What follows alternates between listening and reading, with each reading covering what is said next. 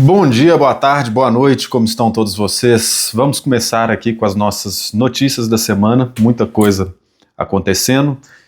A primeira notícia de todas, impossível não falar dela, né? Eu evito trazer notícia ruim, mas em alguns momentos é totalmente impossível. O falecimento de um jovem garoto na volta a Portugal, Finland Tarley, não sei como é que pronuncia o nome dele, de 19 anos de idade. No meio da corrida, um carro entra na contramão e simplesmente tromba de frente com o ciclista. Então, assim, você vê esse menino mó novo, e quando eu vi as fotos dele, eu fiquei pensando, cara, imagina o país tem um jovem talento assim, né, tão novo, igual a gente tem o Bravinho, e aí perde o menino num acidente, né, no meio da corrida. Deve ser totalmente traumatizante para eles que conhecem o menino e tal. Faltando 20 quilômetros para a chegada, isso aconteceu. Foi neutralizada a etapa e tal, mas, cara, criou até uma certa discussão ali se teria etapa no dia seguinte ou não. E muitas pessoas discordaram da forma que a organização seguiu, né, com a competição, mas isso é uma conversa à parte, né, posterior ao que aconteceu. O que tem que ser discutido é o que aconteceu antes, como que aquele carro foi parar ali, né? Então, vamos ler um pouco, assim, primeiro eu vou ler, antes de entrar nessa discussão, porque tem esse vídeo interessante aqui desse coronel de polícia, qualquer coisa lá, que fala um pouco, e eu achei muito ruim a fala dele, mas vamos ler um pouco a notícia aqui, né? Ele era irmão do Josh Tarling, que é um cara mais conhecido, mais maduro, né? Corredor da Netcompany News, um dos grandes especialistas britânicos de crono. Finlay, ele estava dando seus primeiros passos no ciclismo profissional, duro, né, velho? Igual o seu irmão, e havia demonstrado condições especialmente destacadas no contrarrelógio. O acidente aconteceu na 8ª etapa da Volta a Portugal, 167 km de prova, então eles estavam nos 20 km finais. A organização e a comunidade lá confirmaram o falecimento dele. Recorrido circulava. Então, Tarling foi atropelado por um veículo que não era da competição, não era da organização, que haveria entrado no percurso e circulava no sentido contrário aos ciclistas. Isso aqui, esse coronel da polícia e tal, ele explica, o carro não estava na contramão igual muita gente está falando. Ele estava no sentido certo da pista, só que contrário aos ciclistas. Só que quando está tendo um evento de prova, é importante falar que a pista se transforma toda em mão única. Os dois lados do asfalto não passa a ser mão e contramão, é tudo mão, sentido único. E os atletas sempre cortam as curvas por dentro, utilizando todo o espaço disponível. Aquela linha amarela, né, que se divide um lado do outro, não existe na corrida de bicicleta. É tudo sentido único e os atletas trabalham dessa forma, né? Até uma dúvida que eu sempre tive, né? Como que deve ser curioso para um atleta sair do amador e ir para o profissional, porque ele simplesmente chega lá e ele tem que usar toda a pista diferente de como ele treinou a vida inteira, né? E quando ele termina a competição e volta para casa dele para treinar, ele não pode mais usar a pista toda igual ele usa na corrida. Então tem que ter uma virada de chave aí. O cara nunca pode confundir competição com treino e treino com competição. Porque se ele pensar que, se ele estiver lá no meio do treino e por acaso der aquela mesma empolgação de corrida e ele fizer uma curva totalmente por dentro, ele entra na contramão, né? Mas não era o caso, eles estavam competindo, não deveria vir nenhum carro. E aí aconteceu a colisão. Segundo as primeiras informações publicadas em Portugal, o acidente produziu aproximadamente 20 km, isso já falamos. Tarling recebeu assistência, mas não puderam salvar sua vida. Não sei se ele faleceu no local da queda, do acidente, ou se foi a caminho, né, De acordo com a gravidade do acidente, a corrida foi imediatamente condicionada por luz sucedido, ou seja, imediatamente condicionada, ou seja, o acontecimento foi o que ditou a corrida a partir dali. A organização decidiu neutralizar o resto da etapa. Mas o resto do pelotão continuou até chegar, sem competir. Também foram canceladas as cerimônias de pódio prevista para a sexta-feira, né, que foi o dia. nesse momento de profunda dor, tá.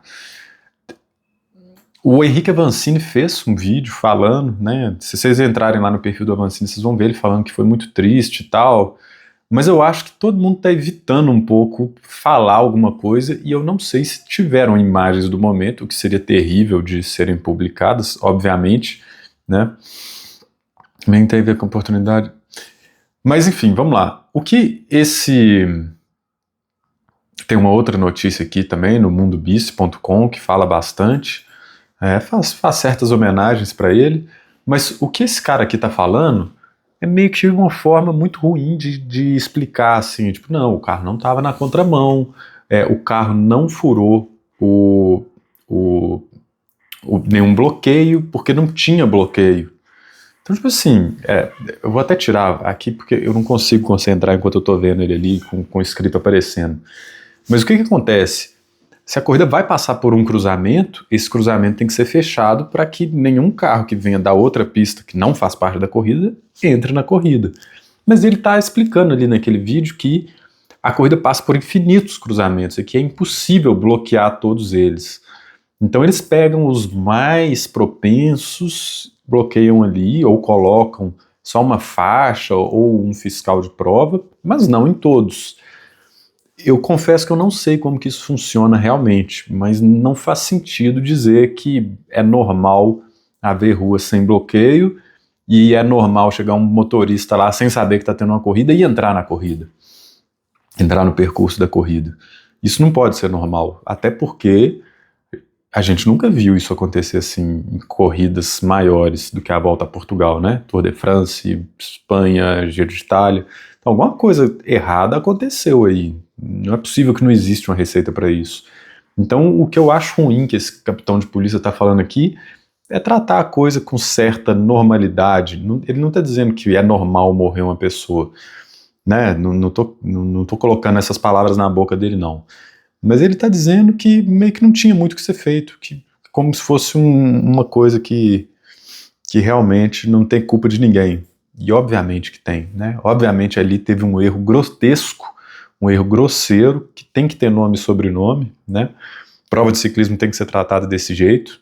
Acidente de trânsito, né? Como forma geral, acho que sempre que, um caminhão tromba num ônibus, um ônibus atropela uma bicicleta, atropela um pedestre, tem que pegar e falar, opa, peraí, de quem que é o erro?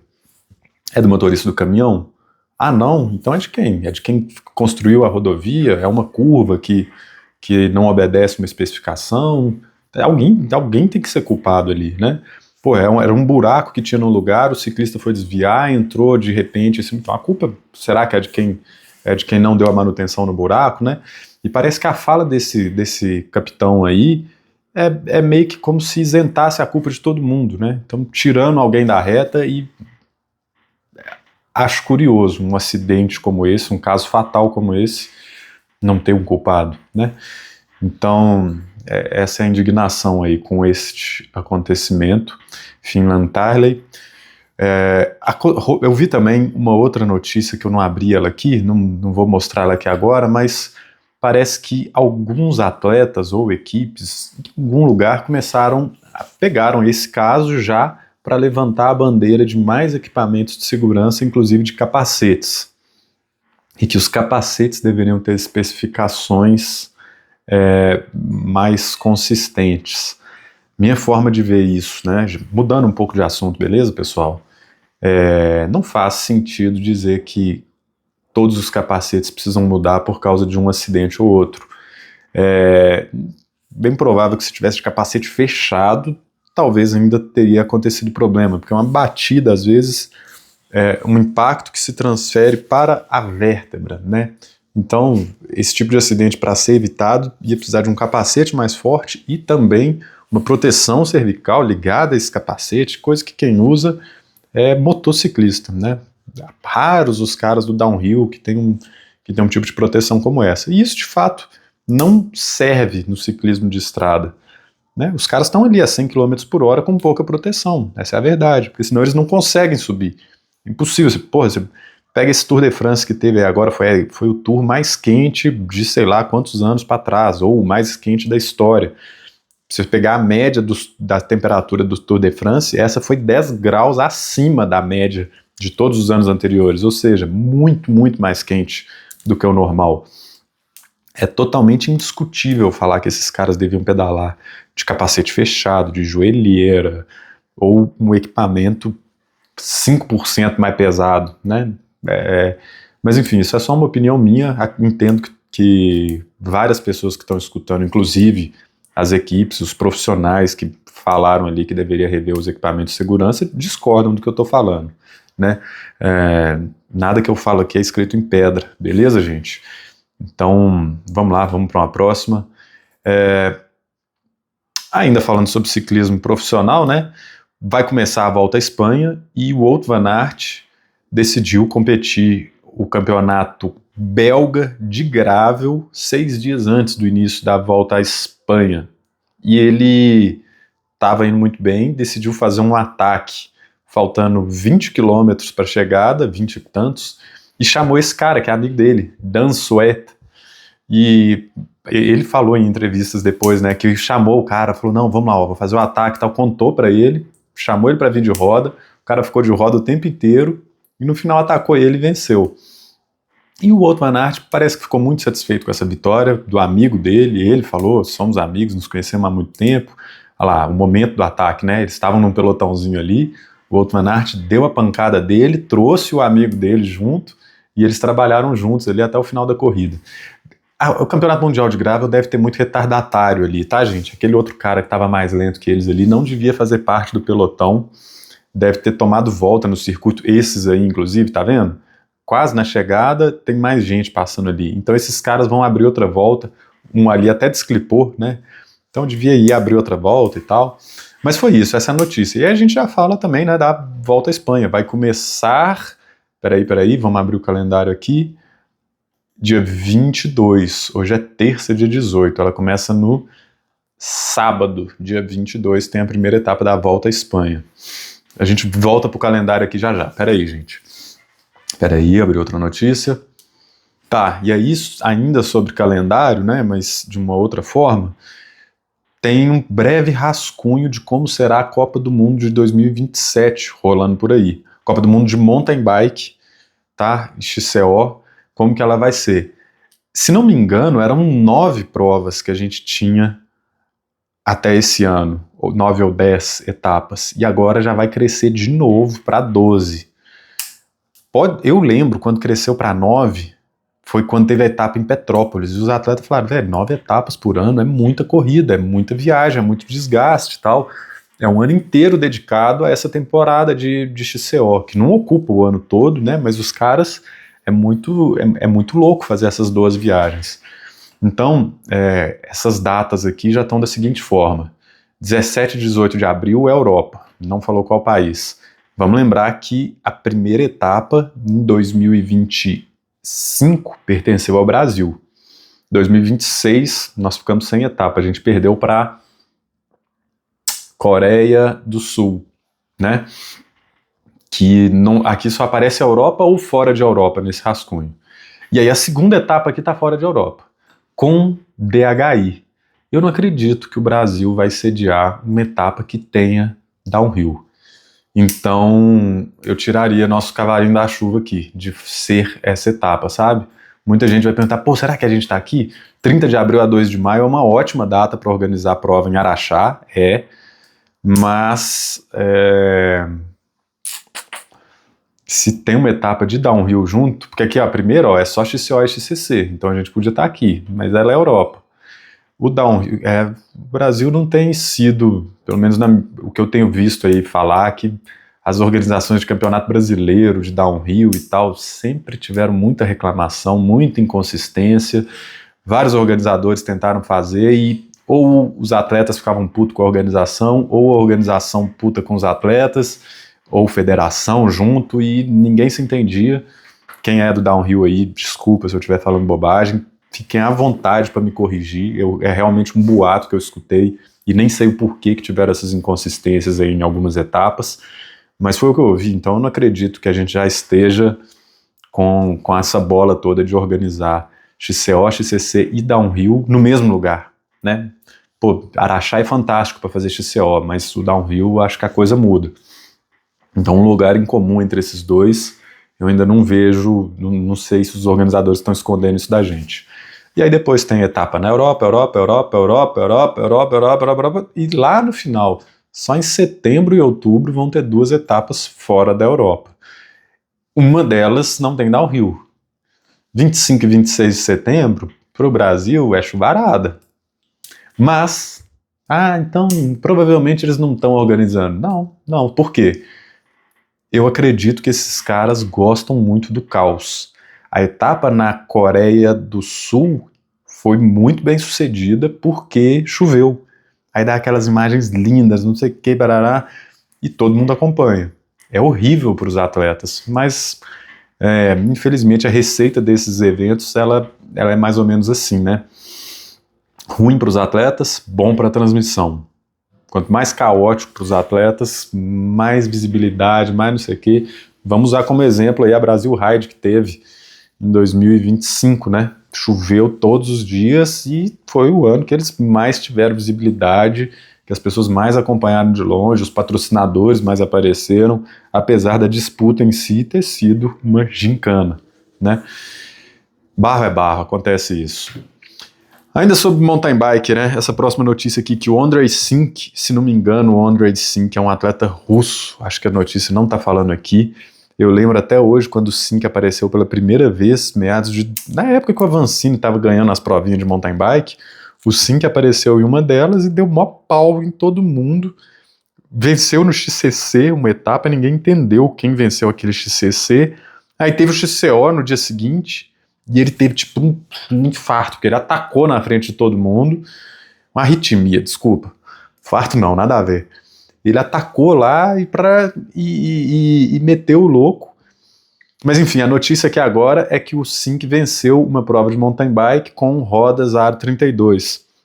Uma Cube, né? Não é a primeira vez que a gente vê essa notícia, acho que no início do ano já apareceu o nego vencendo com as Aro 32 e tal, mas vale a pena a gente falar de novo, né?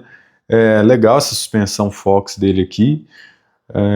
Seria muito legal dar um tapa nessa bicicleta, ver o que ela tem de perto, os componentes e tal, como que era o estilo de pilotagem dessa pista, né? Mas muita coisa para falar aqui.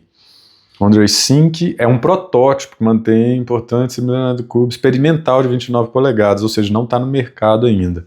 Esse modelo continua com o sistema de suspensão Horst Link, né, suspensão traseira, mas evidentemente que concentra toda a atenção nas rodas gigantes. E na parte dianteira é possível identificar um pneu Schwalbe Rick Race Pro na medida 32 por 2.4. Pneu Schwalbe Rick Race. Essa bike minha aqui, eu tô com o Schwalbe Wicked Wheel. É um pneu bem robustão. Bacana, velho. Interessante isso. Também volta a aparecer os componentes que já acabam. A suspensão Fox, né, específica para 32 polegadas e outros desenvolvimentos recentes. A bicicleta incorpora um protetor no tubo diagonal, entendo que é o down tube. Evitar danos no caso que a coroa se a coroa da suspensão, né, o crown da suspensão bater no down tube, faz sentido. Vários quadros têm isso.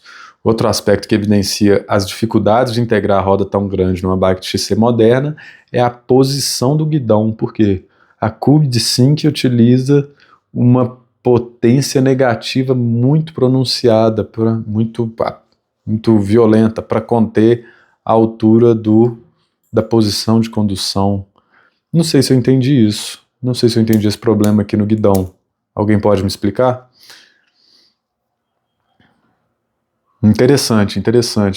E o caso do Sink é chamativo porque o cara tem 1,80 m de altura. Então a roda de 32 polegadas nem parece tão desproporcional, né? Você vê essa primeira foto dele aqui, você nem fala, o cara tá de 32, né? Porque o cara é um gigante, né? Se pegar um tampinha igual eu e botar nessa bicicleta aí, e a bike deve ser XXL também, né?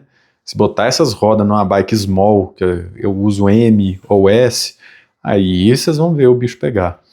A aparição dessa Cube, a situação toda, beleza. Por agora a Cube não confirmou qual desses desenvolvimentos vai chegar a ser produzido. Nem se a bicicleta 32 vai ser um modelo comercial. mais a vitória de sim, que mostra que o projeto já está suficientemente desenvolvido, como por exemplo, para competir e ganhar. Realmente nos... será que a 32 vai pegar? Pô, se os caras já estão botando na pista assim para todo mundo ver. E o que acontece? Existe uma regra da UCI que fala o seguinte: você pode botar equipamento que você não comercializa para participar das competições, mas aí começa a contar um tempo no relógio para você lançar esse equipamento e torná-lo comercial. E aí, se, sei lá, dentro de 6 meses, 1 ano, não sei qual que é esse tempo, mas é tipo isso, 6 meses ou 1 ano, você não lançar esse equipamento seu, aí nós vamos te cortar, e você não pode mais usar o equipamento. Foi isso que aconteceu na Paris-Roubaix, com aquele sistema da Visma de encher o pneu enquanto eles pedalavam, né? Tinha um sistema automático que calibrava os pneus. Os caras começaram a usar muito tempo atrás, não lançaram no mercado, não lançaram, aí foram usando, aí pediram, não, só mais uma temporada e tal, até que os caras falaram, vocês já estouraram o limite de 3 anos que vocês estão usando essa merda e não lançam no mercado, então a partir de agora vocês estão proibidos de usar ele na corrida. Eu fico puto com os negócios da UCI, mas esse aí eu tenho dúvida, né? Porque, pô, é uma regra que não machuca ninguém e os caras realmente pediram para revogar já umas 3 vezes e foi revogado, foi aceita a revogação deles, até que chega um ponto que não dá mais, né?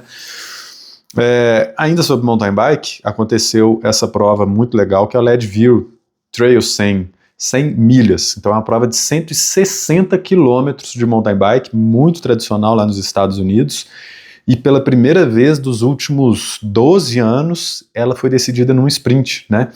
Com o campeão mundial Keegan Swenson. Eu peguei aqui o sprint, tá aqui o vídeo da chegada dos dois, né? Keegan Swenson e Matt Wilson. Ele veio na roda do cara até o final e no finalzinho, quase chegando na linha, ele decidiu atacar para pegar uma... Olha lá, ó. Atacou no finalzinho mesmo. Maluco. Prova muito longa. Eu às vezes confundo a Leadville com aquela prova lá que antes chamava Dirty Kansas, Unbound Gravel. Confundo as duas, porque são distâncias longas e tal, são medidas em milhas, mas lá Unbound Gravel é tipo 300 quilômetros, né? É outra coisa, não tem nada a ver uma coisa com a outra. Bom, eu vou inverter isso aqui. Eu vou passar para essa outra notícia aqui, que é gringa também, né? Volkswagen deve lançar a bicicleta elétrica mais segura do mundo, com câmera traseira. A bicicleta mais usando automotive grade, usando radar automotivo, que é esse mesmo que eu tenho aqui, ó, né? Isso é um radar automotivo, né? Já fiz review para vocês, tem review dele aqui, que ele capta os veículos, então deve estar ali, ó, naquela roda traseira da bicicleta, né? Deve estar aqui o radar dela, né, de captar. É um sinal de rádio que é enviado. Tu pega, vê se tem carro chegando e te avisa em tempo real no seu computador de bordo, lá na frente, sem você ter que virar para trás. Pesquisem aí, radar Navy-Hood, Ciclosul, vocês vão ver meu review do que é um radar automotivo. Essa bicicleta vai ter também câmera traseira e Wearable Safety Technology, tecnologia de segurança vestível, né? Que você veste ela, não entendi o que quer dizer.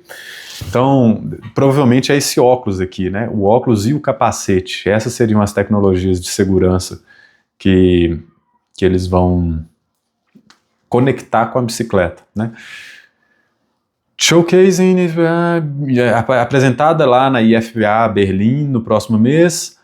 Essa nova bicicleta elétrica usa Smart View, um modelo completamente integrado, radar, câmera traseira e the first of its kind, e a primeira bicicleta elétrica desse tipo produzida, trabalhando junto com o Smart View, e a conexão, Safety System, Intelligent, e ela tem incorporado Lightning, tipo lanterna inteligente, Heads-Up Display Glasses, né, o óculos com display aqui, que tem alguma coisa que vai te apresentando. Eu não entendo como que você consegue enxergar isso de tão perto na lente do óculos, né? E um sistema de detecção de tombo, né, no capacete. Isso a gente já viu alguns capacetes com esse sistema que integravam com Garmin e tal. Cada um para para uma camada de segurança diferente, né?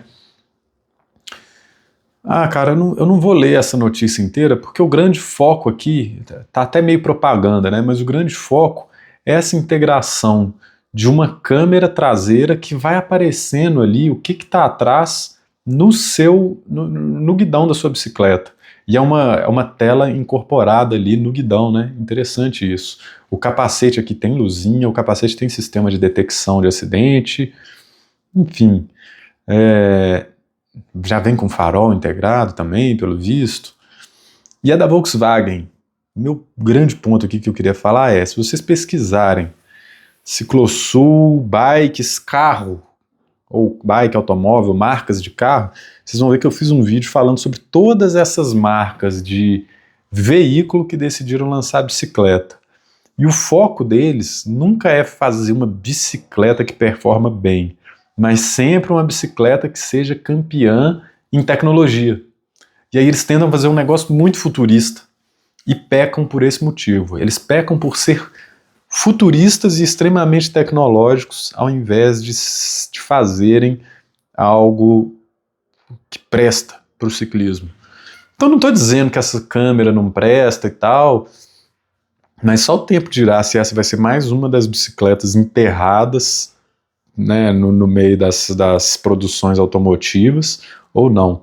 Isso aqui, para quem não sabe, e eu não sabia até pouco tempo atrás, é uma Kombi, uma nova Kombi. Você anda lá nos Estados Unidos, você vê ela direto. A gente fez a Race Across America agora, não vê mais a Kombi. Quer dizer, a gente vê essa Kombi lá, essa nova Kombi, aqui no Brasil ainda não tem. Não sei se vai ter, não sei se ela é só elétrica, mas aqui está mostrando um cabo de carregamento elétrico, né?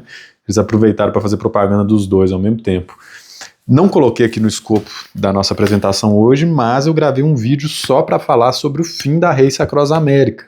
Race Across America mandou um e-mail anunciando que não vai ter a corrida em 2027 e não deu garantia que volta. Se você não assistiu esse vídeo, volte aí no canal que eu falei durante 30 minutos só sobre esse acontecimento importantíssimo para o mundo das longas distâncias. Bom, por fim, vai acontecer o Shimano Fest nesse final de semana agora. Eu tomei hoje a decisão de não ir. Complexo, viagem, hospedagem, muita coisa acontecendo. Eu tô competindo de novo, então ficar fazendo viagem para mim é um trampo, perde treino, né? Eu não quero perder treino se não for para pedalar, então eu não vou na Shimano Fest. Mas quem estiver por perto de São Paulo, de quinta a domingo, agora, dos dias 20 do dia 20 ao dia 23, né? Estará lá acontecendo a Shimano Fest. Aberta ao público mesmo, que não trabalha com bicicleta, é só no dia 22 e 23, sábado e domingo. E vamos ler aqui o calendário da semana, né? Tá rolando na Silk Mountain Race, no Quirguistão. Amanhã, vários atletas brasileiros vão dar a largada no Inca Divide, no Peru, competição de 1.200 quilômetros. Vamos torcer para os nossos brasileiros lá. A Jéssica tá lá, mas acho que ela não vai competir, ela vai fazer a cobertura, né, de mídia. Fantástica, faz as coberturas aqui dos Bike Man no Brasil, é muito boa a cobertura dela. Começa amanhã também a Swiss Epic e tem uma duração mais curta, né? O Inca Divide ele começa no dia 19 e termina só no 29, 10 dias de prova. Swiss Epic serão 5 dias de prova. Aqui começa a Shimano Fest. Na sexta-feira começa Brasil Ride Pirenópolis, vão ser 3 dias de prova. Hoje eles anunciaram aí que as inscrições estão encerradas. Vai ter Copa do Mundo, né, nesse fim de semana em Haute-Route, Savoy, na França, e vai ter etapa de downhill, como nós falamos mais cedo, né. Agora que eu tô parando para pensar, aquilo que eu falei, que lugar do mundo que tem etapa de downhill junto com o XCO? Eu não me recordo. Se lá aquela etapa de snowshoe, se ela tem, que é nos Estados Unidos, né? Eu não sei se ali tem espaço para ter downhill, mas eu não sei que lugar fora da Europa que teria etapa de downhill. Agora que eu estou refletindo isso. Vamos ter Campeonato Brasileiro de Paraciclismo de Pista.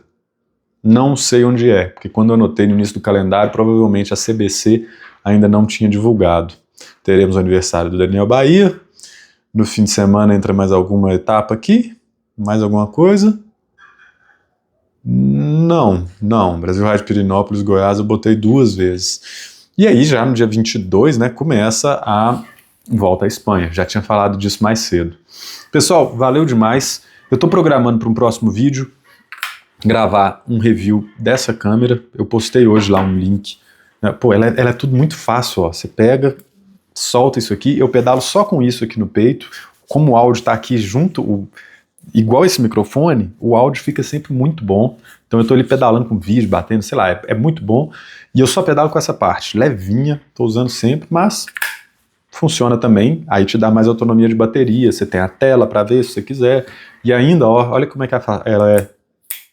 Cara, é tipo fantástico. Vou deixar o link dela aqui, mas depois vem um review em breve que eu vou mostrar tudo dessa câmera, beleza? Pessoal, tamo aí nos comentários, aguardo vocês, o que vocês acharam de tudo, dúvidas que vocês tiverem dessa câmera. Se vocês não viram o review do Navy Hood, vejam lá. A gente se vê na próxima e eu aceito também indicações de próximos temas. O que vocês acham que para os próximos funciona eu falar aqui ou não, tá bom? Valeu, grande abraço!